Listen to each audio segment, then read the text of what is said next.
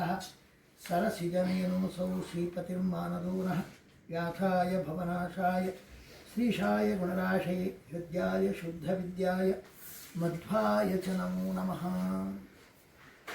ಇದು ಸಾತ್ವತ ಸಂಹಿತ ಅಂತ ಭಾಗವತವನ್ನು ಕರೆದಿದ್ದಾರೆ. ಏನರ್ಥ? ಭಗವಂತನಿಗೆ ಸಾತ್ವತ ಅಂತ ಹೆಸರು. ಕಾರಣ ಸಾತ್ವಿಕರಲ್ಲಿ ತುಂಬ ಸ್ನೇಹ ಮಾಡ್ತಾರೆ, ಪ್ರೀತಿ ಮಾಡ್ತಾರೆ. ನಾವು ಹಾಗಾದರೆ ಭಗವಂತನಿಗೆ ಪ್ರೀತಿ ಪಾತ್ರ ಆಗಬೇಕಾದ್ರೆ ನಾವು ಸಾತ್ವಿಕರಾಗಿರಬೇಕು, ಸತ್ವಗುಣವನ್ನು ಬೆಳೆಸ್ಕೊಂಡಿರಬೇಕು, ಆಲಸ್ಯ ನಿಯಂತ್ರಣ ಮಾಡಿರಬೇಕು, ನಿದ್ರೆ, ಆಲಸ್ಯ ಮತ್ತು ಏನಾದರೂ ಹೆಚ್ಚು ಕಡಿಮೆ ಆದ ತಕ್ಷಣ ಸಿಕ್ಕಾಪಟ್ಟೆ ಉದ್ವೇಗಕ್ಕೆ ಒಳಗಾಗೋದು, ದುಃಖ, ಇದನ್ನೆಲ್ಲ ಮೆಟ್ಟಿ ನಿಲ್ಲಬೇಕು. ಜ್ಞಾನ, ಭಕ್ತಿ, ಹುರುಪು, ಸತ್ಕರ್ಮದಲ್ಲಿ ಇದೆಲ್ಲ ಸತ್ವಗುಣವನ್ನು ಬೆಳೆಸಿಕೊಂಡಾಗ ಆ ಬರುವಂತಹ ಅಲ್ಲಿ ಗುಣಗಳು, ಅಂಥ ಗುಣಗಳಿದ್ದರೆ ದೇವರು ಪ್ರೀತರಾಗ್ತಾನೆ, ಅವರಲ್ಲಿ ಸ್ನೇಹ ಬೆಳೆಸ್ತಾನೆ. ಆತನ ಸಾತ್ವಿಕರ ಮೇಲೆ ಭಗವಂತ ತೋರಿದ ಸ್ನೇಹದ, ಅನುಗ್ರಹದ, ಲೀಲೆಯ ಪರಿಯನ್ನೆಲ್ಲ ಹೇಳ್ತಕ್ಕಂತಹದ್ದು ಭಾಗವತದಿಂದಾಗಿ ಅದಕ್ಕೆ ಸಾತ್ವತ ಸಂಹಿತ ಅಂತ ಹೆಸರು. ಇದು ಏನು ಅವಾಯ್ಡ್ ಆಗಬೇಕು, ಕಲಿಯ ಬಾಧೆಯಿಂದ ನಾವು ತಪ್ಪಿಸ್ಕೊಳ್ಬೇಕು. ಕಲಿಯ ಬಾಧೆಯಿಂದ ನಾವು ತಪ್ಪಿಸ್ಕೊಳ್ಬೇಕಾದ್ರೆ ಒಂದು ಪರಮ ವೈಷ್ಣವ ಕ್ಷೇತ್ರವನ್ನು ಆಯ್ಕೆ ಮಾಡಿಕೊಂಡ್ರಂತೆ. ಇನ್ನೂ ಪರೀಕ್ಷಿತ್ ರಾಜ ರಾಜ್ಯಭಾರ ಮಾಡ್ತಾ ಇದ್ದ. ಕಲಿಯುಗ ಬಂದಾಗಿದೆ, ಯಾಕೆಂದರೆ ದುರ್ಯೋಧನ ಪತನ ಆದ ತಕ್ಷಣ ಕಲಿಯುಗ. ಆವಾಗ ಕೃಷ್ಣ ಮತ್ತೆ ದುರ್ಯೋಧನ ಪತನ ಆದಂಥ 26-36 ವರ್ಷ ಇದ್ನಲ್ಲ. ಆ ಪರೀಕ್ಷಿತ್ ರಾಜ ಆಳುವಾಗ ಇತ್ತ ನೈಮಿಷಾರಣ್ಯದಲ್ಲಿ ಕಲಿ ಬಂದಿದ್ದಾನೆ, ತುಂಬ ತೊಂದರೆ ಕೊಡ್ತಾನೆ ನಮಗೆ, ನಮ್ಮ ಸತ್ವವನ್ನೆಲ್ಲ ಹರಣ ಮಾಡ್ತಾನೆ ಅಂತ. ಅದರಿಂದ ಅದನ್ನು ತಪ್ಪಿಸ್ಕೊಳ್ಳಿಕ್ಕೋಸ್ಕರ ಪರಮಕ್ಷೇತ್ರವಾದ ವೈಷ್ಣವ ಕ್ಷೇತ್ರವನ್ನು ತಂಗಿದ್ದಾರೆ ಅವರು. ಹೇಳ್ತಾ ಇದ್ದಾರೆ, ನೈಮಿಷೇ ಅನಿಮಿಷ ಕ್ಷೇತ್ರೇ ಋಷಯ ಶೌನಕಾದಯ ಸತ್ರಂ ಸರ್ಗಾಯ ಲೋಕಾಯ ಸಹಸ್ರ ಸಮಂ ಆಸತ. ನೋಡಿ, ನೈಮಿಷ ಕ್ಷೇತ್ರ, ಅನಿಮಿಷ ಕ್ಷೇತ್ರ. ನಿಮಿಷೋ ಅನಿಮಿಷ ಪ್ರಭು.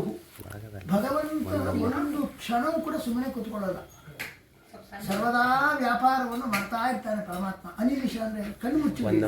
ಕಣ್ಣು ಮುಚ್ಚುವುದಿಲ್ಲ ಅಂತ ಅರ್ಥ ಏನು? ಅರ್ಥ ಏನು? ಒಂದು ಸ್ವಲ್ಪ ವಿಶ್ರಾಂತಿ ಇಲ್ಲ, ಸತತ ಯಾವಾಗಲೂ ಕೆಲಸ ಮಾಡ್ತಾನೆ. ಹೌದಾ? ಹಾಗಾದರೆ ಪ್ರಳಯ ಕಾಲದಲ್ಲಿ ದೇವರು ಕೆಲಸ ಮಾಡ್ತಾನ? ಹೌದಲ್ವಾ? ನಮ್ಗೆ ಗೊತ್ತಿಲ್ಲ. ಪ್ರಳಯ ಕಾಲದಲ್ಲಿ ಏನು ಮಾಡ್ತಾನೆ ಹೇಳಿ? ಆಲದ ಎಲೆ ಮೇಲೆ ಮಲಗಿರ್ತಾನೆ. ಆಲದ ಎಲೆಯ ಮೇಲೆ ಮಲಗಿದ ಶಿಶುವೆ ಚಿಪ್ತಾ ಇರ್ತಾರೆ ಅಲ್ಲಿ ಕೂಡ. ಮತ್ತೆ ಕಾಲ ಯಾವಾಗಲೂ ಇರುತ್ತೆ. ಪ್ರಳಯ ಕಾಲದಲ್ಲಿ ಕಾಲ ಇದೆ, ಪ್ರಳಯ ಕಾಲ ಓಡುತ್ತಾ ಇಲ್ಲ, ರನ್ನಿಂಗ್ ಕಾಲ ಓಡುತ್ತೆ ನೋಡಿ. ಆ ಕಾಲಚಕ್ರವನ್ನು ತಿರುಗಿಸ್ಲಿಕ್ಕೆ ಏನು ಬೇಕೇ ಬೇಕು. ಹಾಗಾಗಿ ಒಂದು ತಾಣಿಸೋ ಕಣ್ಣು ಮುಚ್ಚಿ ಅದ್ಕೊಳ್ಳಲು ರೆಸ್ಟ್ ತಗೊಳ್ಳೋದು ಕಷ್ಟ ಪರಮಾತ್ಮ. ಹಾಗಾಗಿ ಅನಿಮಿಷ ಅವನ ಕ್ಷೇತ್ರ. ಯಾಕಂದರೆ 9 ಸ್ವಯಂ ವ್ಯಕ್ತ ಕ್ಷೇತ್ರದಲ್ಲಿ ನೈಮಿಷಾರಣ್ಯವು ಒಂದು. ಭಗವಂತನ ಹೇಳ್ತಾರೆ, ನೈಮಿಷಾರಣ್ಯವು ಒಂದು ಪರಮ ವೈಷ್ಣವ ಕ್ಷೇತ್ರ. ಅಲ್ಲಿ ಯಾಕಂದರೆ ಅಲ್ಲಿ ಯಾವಾಗಲೂ ಸ್ವಯಂ ವ್ಯಕ್ತ ಸ್ಥಳ ಆದ್ದರಿಂದಾಗಿ ಯಾರಾದರೂ ದೇವ್ರನ್ನ ಆಹ್ವಾನ ಮಾಡಿ ಬಂದು ಕುತ್ಕೋಪ್ಪ ಅಂತೇಳಿ ಮಂತ್ರ ಇಲ್ಲ, ಅವನೇ ಬಂದು ಕುತ್ಕೊಂಡ್ಬಿಟ್ಟಿದ್ದಾರೆ. ಯಾವಾಗಲೂ ಸನ್ನಿಧಾನ ಇರುತ್ತೆ ಅಲ್ಲಿ. ಅಂತಹ ಕ್ಷೇತ್ರದಲ್ಲಿ ಇವರು ಆಯ್ಕೆ ಮಾಡಿಕೊಂಡಿದ್ದಾರೆ. ಅದು ಅಲ್ಲಿ ಏನು ನೋಡಿ, ಆಹಾರದ ಸಮಸ್ಯೆ ಏನೋ ಬರಬಾರ್ದು ನೋಡಿ. ಕಾಡಲ್ಲಿ ಏನು ತಿನ್ಬೇಕು ಅಲ್ವಾ? ಅದೇ ನಮಗೆ ಈಗಂತೂ ಭಾಗವತ ಸಪ್ತಾಹಕ್ಕೆ ಹೋದ್ರೆ ಏನಿದೆ ಯಾರು ಅಂತ ಅದೇ ಆಲೋಚನೆ. ಕಾಫಿ ಬೇಕು, ಕಾಲ ಬಂತು. ಕಾಫಿ ಇಲ್ಲಂದ್ರೆ ಎಲ್ಲ ಭಾಗವತ ಕೇಳಲಿಕ್ಕೆ ಆಗಲ್ಲ, ಸತ್ಯ ಹೇಳಿ. ಕಾಫಿ ಒಂದು ಇದ್ಬಿಟ್ಟು ಬಹಳ ಧೈರ್ಯ. ಅದಕ್ಕೋಸ್ಕರ ಏನು ಅಂದರೆ ನಮ್ಮ ತೀರ್ಥ ಪ್ರಬಂಧ, ಸಂಸ್ಕೃತದ ಪ್ರಬಂಧ ಅಂದರೆ ಮತ್ತು ಹಿಂದಿಯಲ್ಲಿ ವ್ಯವಸ್ಥೆ, ಸ್ಟವ್ ಅಂತ ಹೇಳ್ಕೊಂಡು ಹೋಗಲೇಬೇಕು. ಸಕಲ ವಿಘ್ನ ಪರಿಹಾರ ಆಗೋದು ಯಾವುದರಿಂದ? ಇವಿಂದ. ಅದು ಅಲ್ಲಿ ಏನು ಮಾಡಿದ್ರು ಅಂದರೆ ಋಷಿಗಳಿಗೆ ಭೋಜನಕ್ಕೆ ಬೇಕಾದ ಸಿಕ್ತಿತ್ತಂತೆ. ಋಷಿಗಳಿಗೆ ಫಲಹಾರಕ್ಕೆ ಬೇಕಾದ ಕೊಡ್ತಕ್ಕಂಥ ಮರ. ಬಹುಶಃ ಇನ್ನೂ 2 ಅವರ್ಸ್ ಆಗುತ್ತೆ ಬರಲಿಕ್ಕೆ. ಋಷಿಗುಪ್ತ ನಿಮಿಷ ಮಾತ್ರದಿಂದಲೇ ದಾನವ ಕುಲವನ್ನು ನಾಶ ಮಾಡಿದಂತೆ ಪರಮಾತ್ಮ. ಮತ್ತೆ ಎಲ್ಲಿ ಯಜ್ಞ ಮಾಡಬೇಕು ಅಂತ ಜಿಜ್ಞಾಸೆ ಬರ್ತಾರೆ ಆ ಋಷಿಗಳಿಗೆ. ಯಾವ ಕ್ಷೇತ್ರ ಬಿಟ್ಟಂತೆ ಚಕ್ರ, ರಥದ ಚಕ್ರದ ಹೀಗೆ ಬಿಟ್ಟಾಗ ಆ ರಿಂಗ್ ಉಂಟಲ್ಲ ಅಲ್ಲಿ ಕಳಿಸಿಬಿಟ್ಟಂತೆ. ಆ ರಿಂಗ್, ಚಕ್ರದ ರಿಂಗ್ ಇರುತ್ತೆ, ನೇಮಿ ಅಂತ ಹೇಳ್ತಾರೆ. ಅಲ್ಲಿ ಕಳಚಿ ಬಿತ್ತ ಆದ್ರಿಂದಾಗಿ ಅಲ್ಲೇ ವಿಶೇಷವಾದದ್ದು, ಅದಕ್ಕೆ ಚಕ್ರತೀರ್ಥ. ಅದು ಸ್ವಯಂ ಅಂಥ ಕ್ಷೇತ್ರದಲ್ಲಿ ಇವರು ತಂಗಿ ಇದು ಮಾಡಿದ್ರು. ಏನು ಮಾಡಿದ್ರು ಅಂದರೆ ಋಷಯ ಶೌನಕಾದಿ ಮಹರ್ಷಿಗಳು, ಅವರು ಋಷಿಗಳವರು ಮಂತ್ರವನ್ನು ತಪಸ್ಸಿನ ಬಲದಿಂದ ದೃಷ್ಟಾರರು, ಮಂತ್ರ ಸಿದ್ಧಿ ಉಳ್ಳವರು, ಮಂತ್ರವನ್ನು ತಪಸ್ಸಿನ ಬಲದಿಂದ ಕಂಡುಹಿಡಿಯುವ ಶಕ್ತಿ ಇದೆ. ಶೌನಕ ಸಂಹಿತಾನೇ ಇದೆ ಋಗ್ವೇದಗಳ. ಆ ಮಂತ್ರವನ್ನು ದೇವರ ಅನುಗ್ರಹದಿಂದ ತಪಸ್ಸು ಮಾಡಿ ಅವರಿಗೆ ಫ್ಲ್ಯಾಶ್ ಆಗುತ್ತೆ ಇದ್ದಕ್ಕಿದ್ದಾಗ. ಅಂತಹ ಮಂತ್ರವನ್ನು ಕಾಣುವ ತಾಕತ್ತುಳ್ಳಂತಹ ಋಷಿಗಳೆಲ್ಲ ಅಲ್ಲಿ ಸೇರಿಕೊಂಡಿದೆ. ಶೌನಕರೇ ಕುಲಗುರುಗಳು, ಅವರು ಕುಲಪತಿಗಳು ಅಲ್ಲಿ ಬಂದು ಸೇರಿಕೊಂಡು ಒಟ್ಟಿಗೆ ಸೇರಿ ಎಲ್ಲರೂ ಒಟ್ಟಿಗೆ ಸೇರಿ ಬಹು ಯಜಮಾನಕ, ಬಹಳ ಯಜಮಾನರಿದ್ದರೆ ಅದು ಸತ್ರ, ಅಲ್ಲಿ ಸೇರ್ಕೊಂಡು ಎಷ್ಟು ವರ್ಷ ದೀರ್ಘಕಾಲೀನವಾದ ಯಜ್ಞ ಅಂದರೆ 1000 ವರ್ಷ ದೀರ್ಘಕಾಲೀನವಾದ ಯಜ್ಞಗಳು ದೀಕ್ಷಿತ. ಅಯ್ಯೋ ಅಂದರೆ ಅವರಿಗೆ ಆಯುಷಿತ್ತ ಅಂದರೆ ಹೌದಿತ್ತು. ಕಾರಣ ಏನಂದರೆ ಋಷಿಗಳು ಅಂತ ಅದಕ್ಕೋಸ್ಕರ ಋಷಯ ದೀರ್ಘ ಸಂಧ್ಯಾವಂದನ ಮಾಡಿದರೆ ದೀರ್ಘ ಆಯುಷ್ಯ. ಎಷ್ಟೆಷ್ಟು ಸಂಧ್ಯಾವಂದನೆ ಕಡಿಮೆ ಮಾಡ್ತೀರೋ ಅಷ್ಟೆಷ್ಟು ಆಯುಷ್ಯ ಕಡಿಮೆ, ಜಾಸ್ತಿ ಮಾಡಿಷ್ಟು ಋಷಯೋ ದೀರ್ಘ ಸಂಧ್ಯತ್ವ ದೀರ್ಘಮಾಯು ರವಾಪ್ಯು ಅಂತ. ಹಾಗಾಗಿ ಇದು 1000 ವರ್ಷ ಬದುಕುವ ತಾಕತ್ತಿದೆ ಅವರಿಗೆ. ಅವರೆಲ್ಲ ಸೇರಿಕೊಂಡು ಅಲ್ಲಿ ಏನು ಮಾಡಿದ್ರು ಅಂದರೆ ಯಜ್ಞ ಮಾಡಿದರು. ಆವಾಗ ಯಾಕಪ್ಪ ಯಜ್ಞ ಅಂದರೆ ಸತ್ರಂ ಸ್ವರ್ಗಾಯ ಲೋಕಾಯ ಸಹಸ್ರ ಸಮಂ ಆಸತ, ನಮಗೆ ಸ್ವರ್ಗ ಲೋಕ ಸಿಗಬೇಕು, ಅದಕ್ಕೋಸ್ಕರ ಇಲ್ಲಿ ಯಾಗ ಮಾಡಿದರು. ಹೌದಲ್ವಾ? ಸ್ವರ್ಗ ಕಾಮೋ ಯಜೀತ, ಅದು ಇಂದ್ರನ ಲೋಕ ಸ್ವರ್ಗ ಸುಖ, ನಶ್ವರವಾದ ಸುಖಕ್ಕೋಸ್ಕರ ಅಲ್ಲಿ ಹೋಗಿ ಸೇರಿ ಸುಖ ಪಡಬೇಕು ಎಂಬ ದೃಷ್ಟಿಯಿಂದ ಯಾಗ ಮಾಡಿದರು ಅಂತ ಮೇಲ್ನೋಟದ ಅರ್ಥ. ಅದು ಸಾಮಾನ್ಯ ಜನರು ಸಿಕ್ಕಾಕೊಳ್ತವೆ. ಅಲ್ಲಿ ಕೇವಲ ಸ್ವರ್ಗದ ಕಾಮ್ಯ ಫಲದ ಆಸೆಯಿಂದ ಯಾಗ ಮಾಡಿದರೆ ಅಲ್ಲಿ ಮತ್ತೆ ಆಗುವುದೇನೆಂದರೆ ಮತ್ತೆ ಸ್ವರ್ಗದಲ್ಲಿ ಸುಖವನ್ನು ಪಡೆದ ನಂತರ ಪುಣ್ಯ ಖಾಲಿ ಆದ ನಂತರ ಕೆಳಗೆ ಬೀಳಬೇಕು. ಅಂಥ ಜ್ಞಾನಿಗಳು ಋಷದರ್ಶನೆ ಅವರು ಈ ರೀತಿಯ ಮಾಡ್ತಾರೆ. ನಮ್ಮಂತೆ ಸಾಮಾನ್ಯ ಜನರಂತೆ ಮಾಡ್ತಾರಾ? ಅದಕ್ಕೆ ಅಲ್ಲಿ ಅರ್ಥವೇ ಬೇರೆ.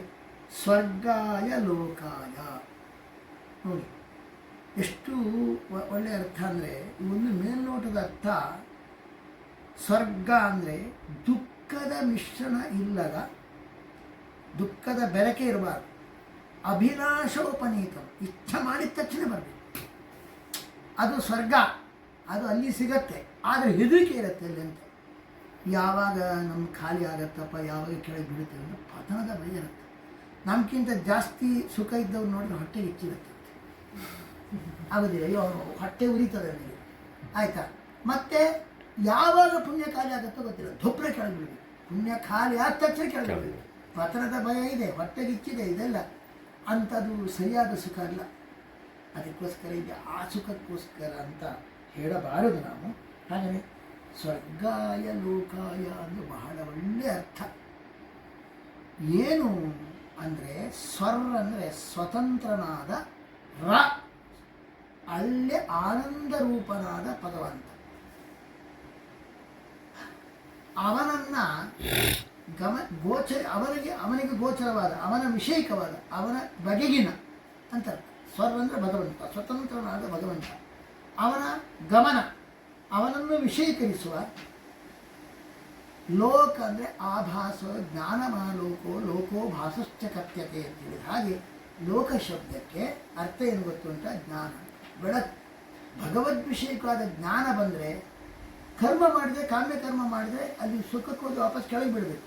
ಆದರೆ ಭಗವದ್ವಿಷಯಕವಾದಂತಹ ಬೆಳಕು ಅವನು ಕಂಡ್ರೆ ಆ ಜ್ಞಾನದ ಪ್ರಕಾಶದಿಂದ ಹೋಗುವುದು ಎಲ್ಲಿಗೆ? ಜ್ಞಾನೇನವ ಪರಂಪರೆ ಮೋಕ್ಷಕ್ಕೆ ಹೋಗುತ್ತೆ. ಹಾಗಾಗಿ ಇಲ್ಲಿ ಇಷ್ಟೆಲ್ಲ ಯಾಕೆ ಕಷ್ಟಪಡ್ತಾರೆ ಅಂದರೆ, ಒಬ್ಬ ಆ ಸ್ವತಂತ್ರನಾದ ಆ ಭಗವಂತ ಇದ್ದಾನಲ್ಲ, ಅವನನ್ನು ವಿಷಯೀಕರಿಸುವ ಜ್ಞಾನ, ಅಂತಹ ಜ್ಞಾನಕ್ಕೋಸ್ಕರ ಯಾಗ ಮಾಡಿದ್ರು. ಓಹೋ ಓಹೋ, ಶಾಸ್ತ್ರ ಹೇಳೋದು ಹಾಗಲ್ವ? ಅದು ಒಳಗಿನ ಅರ್ಥ ಯಾರಿಗೂ ಗೊತ್ತಿಲ್ಲ ನನಗೆ. ಸ್ವರ್ಗ ಕಾಮೋ ಯಜೇತ ಅಂದರೆ ಅರ್ಥ ಏನು ಗೊತ್ತುಂಟ? ನಾವೆಲ್ಲ ಇಂದ್ರನ ಸುಖ, ಇಂದ್ರನ ಲೋಕಕ್ಕೆ ಹೋಗಿ ಸುಖ ಪಡೋದು ಸ್ವರ್ಗ ಅಂತ ಹೆಚ್ಚಿನ ಮಂದಿಗೆಲ್ಲ ಅದೇ ಅರ್ಥ ಆಗುತ್ತೆ. ಆದರೆ ದೊಡ್ಡ ಜ್ಞಾನಿಗಳಿಗೆ ಅಂತರಂಗದಲ್ಲಿ ಯಾರ ಜ್ಞಾನದ ಕಣ್ಣು ತೆರೆದಿರುತ್ತೋ ಅವರಿಗೆ ಕಾಣುವ ಅರ್ಥನೇ ಬೇರೆ. ಆಚಾರ್ಯ ಹೇಳ್ತಾರೆ ಸ್ವರ್ ಅಂದರೆ ಸ್ವತಂತ್ರ, ಅರ್ಥ ಆಯ್ತಾ? ಅವನನ್ನು ವಿಷಯೀಕರಿಸುವ ಜ್ಞಾನಭಕ್ತ್ಯಾದ್ಯ ಸರ್ಗಶಬ್ದಿತಾ ಸ್ವತಂತ್ರನಾದ ಭಗವಂತನನ್ನು ವಿಷಯೀಕರಿಸುವ ಜ್ಞಾನ ಭಕ್ತಿ ಇತ್ಯಾದಿಗಳು ನಿಮಗೆ ಬೇಕಂತಾದರೆ ಯಾಗ ಮಾಡಿ. ಇನ್ನಷ್ಟು ಡೆವಲಪ್ ಆಗಬೇಕು, ವಿಶೇಷವಾದ ಜ್ಞಾನ ಭಕ್ತಿ ಬರಬೇಕು. ಜ್ಞಾನ ಭಕ್ತಿಗಳೇ ಸ್ವರ್ಗ. ಅದು ನಿಜವಾಗಿ ನಮಗೆ ಆಶ್ರಯ ಕೊಡ್ತಕ್ಕಂಥದ್ದು ಅದೇ ನಿಜವಾಗಿ ಕೂಡ. ಅದಕ್ಕೆ ಲೋಕದ ಆಶ್ರಯ ಕೊಡ್ತಕ್ಕಂಥದ್ದು. ಅದಕ್ಕೋಸ್ಕರವೇ ಅವರು ಯಾಗ ಮಾಡಿದರು ಅಂತ ಹೇಳ್ತಾ ಇದ್ದಾರೆ. ಸರಿ ನೋಡಿ, ಈ ರೀತಿಯಾಗಿ ನೈಮಿಷಾರಣ್ಯದಲ್ಲಿ ಯಾಕೆ ಹೇಗೆ ಹೇಳಿದ್ರು ಅಂದರೆ, ಒಂದು ಅಜ್ಜಿ ಕಥೆ ಹೇಳೋದಲ್ಲ ಇದು. ಒಂದಾನೊಂದು ದಿನ ನೈಮಿಷಾರಣ್ಯದಲ್ಲಿ ಋಷಿಗಳೆಲ್ಲ ಸೇರಿದ್ರು, ಅವರು ಯಾಗ ಮಾಡ್ತಾ ಇದ್ರು. ಆ ಯಾಗದಲ್ಲಿ ಇದ್ದಕ್ಕಿದ್ದಾಗೆ ಬೆಳಿಗ್ಗೆ ಯಾರು ಬಂದರು, ಅವರು ಪ್ರಾತಃ ಕಾಲದಲ್ಲಿ ಮಾಡಿ ಮುಗಿಸಬೇಕಾದ ಯಜ್ಞವನ್ನು ಮಾಡಿ ಕೂತ್ಕೊಂಡಿದ್ದರು. ತಕ್ಷಣವೇ ಸೂತ ಪ್ರಾಣಿಕರು ಬಂದಾಗಲೇ ಅವರನ್ನೆಲ್ಲ ಒಳ್ಳೆ ಆದರ ಸ್ವಾಗತಿಸಿ ಎದ್ನಿಂತು ಸ್ವಾಗತ ಮಾಡಿ ಅರ್ಘ್ಯಪಾದ್ಯಾದಿ ಪೂಜೆ ಕೊಟ್ಟು ಅವರು ಸುಖಾಸೀನರಾದ ನಂತರ ಕೇಳಿದರು, ನಮಗೆ ಇಲ್ಲಿ ಸಾರಭೂತವಾದದ್ದನ್ನು ಹೇಳಿ ಅಂತ. ಇದೆಲ್ಲ ಯಾಕೆ ಹೇಳಬೇಕು, ಭಾಗವತ ಹೇಳಿ ಅಂತ ಕೂತ್ಕೊಂಡ್ರು. ಕೊನೆಗೆ ಕೃಷ್ಣನ ಕಥೆ ಹೇಳ್ರಿ, ಬೇರೆ ಬೇರೆ ಅವತಾರದ ಕಥೆ ಹೇಳಿ, ನಿಜವಾಗಿ ಯಾವ ಧರ್ಮವನ್ನು ಆಚರಣೆ ಮಾಡಿದರೆ ನಮಗೆ ಮೋಕ್ಷ ಖಚಿತ ಆಗುತ್ತೆ, ಭಗವಂತನ ಇತರ ಅವತಾರಗಳ ಕಥೆಯನ್ನು ಹೇಳಿ. ಮತ್ತು ಇನ್ನೊಂದು ಹೇಳ್ತಾರೆ, ಕೃಷ್ಣ ಪರಂಧಾಮಕ್ಕೆ ಹೋದಂಥ ಧರ್ಮ ತನ್ನ ರಕ್ಷಣೆಗೋಸ್ಕರ ಯಾರನ್ನು ಮರೆ ಹೋಗ್ತು, ಆ ಭಗವಂತನ ಯಶಸ್ಸಿನ ಬಗ್ಗೆ ಹೇಳಿ, ಭಗವಂತ ಪ್ರತ್ಯೇಕ ಒಳಗೆ ಅಂತರ್ಯಾಮಿ ಇದ್ಕೊಂಡು ಮಾಡ್ತಕ್ಕಂಥ ಜಗತ್ಸೃಷ್ಟಿಯಾದಿ ವ್ಯಾಪಾರದ ಬಗ್ಗೆ ಹೇಳಿರಿ. ಈಗ 5-6 ಪ್ರಶ್ನೆಗಳು ಮಾಡ್ತಾರೆ. ಆ ಪ್ರಶ್ನೆ ಮಾಡಿದಾಗ ಅವರಿಂದ ಬಂದದ್ದೇ ಭಾಗವತ ಉತ್ತರ. ಅದು ಯಾರಿಂದ? ಸೂತ ಪ್ರಾಣಿಕರಿಂದ. ಇದು ಯಾಕೆ ಬಂತು ಅಂದರೆ, ಈ ನಮಗೆಲ್ಲರಿಗೂ ಒಂದಿದೆ, ಭಾಗವತವೇ ಯಾಕೆ ಬೇಕು ಮೋಕ್ಷಕ್ಕೆ? ಅನೇಕ ಉಪಾಯಗಳಿದೆ. ವೇದವನ್ನು ಓದಿಕೊಂಡ್ರೆ ಮೋಕ್ಷ ಆಗುತ್ತೆ, ಯಜ್ಞ ಮಾಡಿದರೆ ಮೋಕ್ಷ ಆಗುತ್ತೆ, ಅಲ್ಲ ಗಂಗಾದಿ ನದಿಯಲ್ಲಿ ಸ್ನಾನ ಮಾಡಿದರೆ ಮೋಕ್ಷ ಆಗುತ್ತೆ, ಕಾರ್ತಿಕದಲ್ಲಿ ದೀಪ ಹಚ್ಚಿದರೆ ಮೋಕ್ಷ ಆಗುತ್ತೆ, ಇನ್ನು ಕಾಶಿಯಲ್ಲಿ ಗಂಗಾ ಸ್ನಾನ ಮಾಡಿದರೆ ಮೋಕ್ಷ ಆಗುತ್ತೆ, ಗಯಾಶ್ರಾದ್ದ ಮಾಡಿದರೆ ಮೋಕ್ಷ ಆಗುತ್ತೆ, ತುಳಸಿಯಿಂದ ಭಗವಂತನ ಅರ್ಚನೆ ಮಾಡಿದರೆ ಮೋಕ್ಷ ಆಗುತ್ತೆ.